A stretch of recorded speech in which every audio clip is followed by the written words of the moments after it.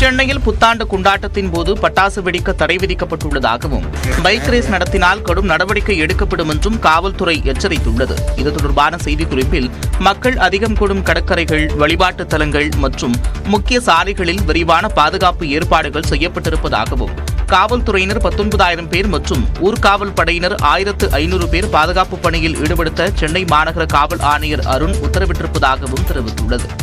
இரவு 9 மணி முதல் சென்னையில் 425 இடங்களில் வாகன சோதனை செய்ய குழுக்கள் அமைக்கப்பட்டிருப்பதாகவும் ஜிஎஸ்டி சாலை, அண்ணா சாலை, OMR, ECR, மதுரவாயல், புறவழிச்சாலை உள்ளிட்ட இடங்களில் பைக் ரேஸ் நடத்துவதை தடுக்க 30 கண்காணிப்பு குழுக்கள் அமைக்கப்பட்டிருப்பதாகவும் கூறப்பட்டுள்ளது. மாலை முதல் மறுநாள் வரை பொதுமக்கள் கடலில் இறங்க தடை விதிக்கப்பட்டுள்ளதாக குறிப்பிடப்பட்டுள்ளது. கடற்கரை மணல் பகுதியில் தற்காலிக காவல் உதவி மையங்கள் அமைக்கப்படும் என்றும் முக்கிய இடங்களில் ட்ரோன் கேமராக்கள் மூலம் கண்காணிக்கப்படும் என்றும் தெரிவிக்கப்பட்டுள்ளது. பொது இடங்கள் மற்றும் குடியிருப்பு பகுதிகளில் பட்டாசு வெடிக்க தடை விதிக்கப்பட்டுள்ளதாகவும் அடுக்குமாடி குடியிருப்புகளில் ஒலிபெருக்கிகளை பயன்படுத்தி நிகழ்ச்சி நடத்த உரிய அனுமதி பெற வேண்டும் என்றும் காவல்துறை அறிவுறுத்தியுள்ளது. ஆங்கில புத்தாண்டு கொண்டாட்டத்தை முன்னிட்டு சென்னையில் போக்குவரத்து மாற்றங்கள் செய்யப்பட்டுள்ளன.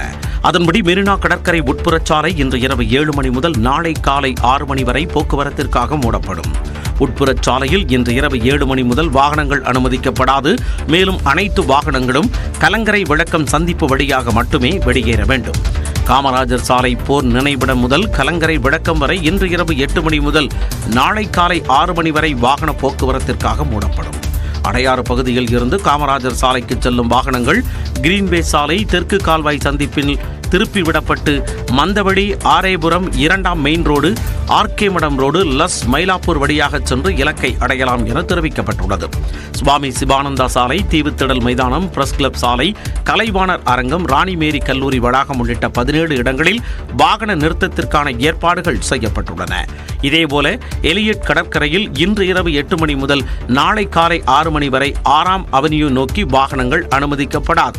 இன்று இரவு 10 மணி முதல் நாளை காலை 6 மணி வரை சென்னையில் காந்தி மண்டபம், ஜெமினி, உஸ்மான், வடபழனி, அடையாறு, வேளச்சேரி, விமான நிலையம், அண்ணா ஆர்ச் மேம்பாலம் உட்பட மொத்தம் 23 மேம்பாலங்கள் மூடப்படும் என அறிவிக்கப்பட்டுள்ளது.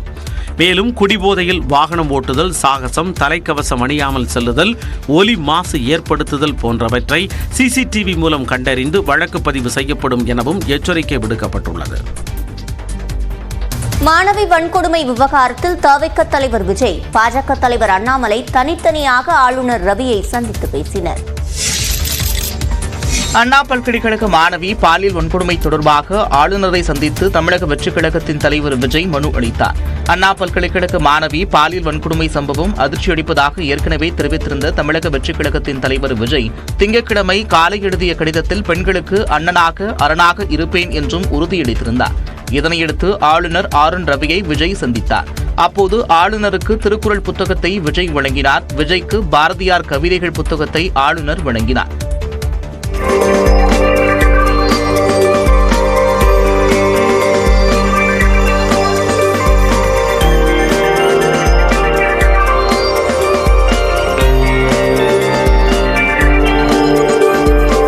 இந்த சந்திப்புக்கு பிறகு செய்தியாளர்களை விஜய் சந்திப்பார் என்று எதிர்பார்க்கப்பட்டது.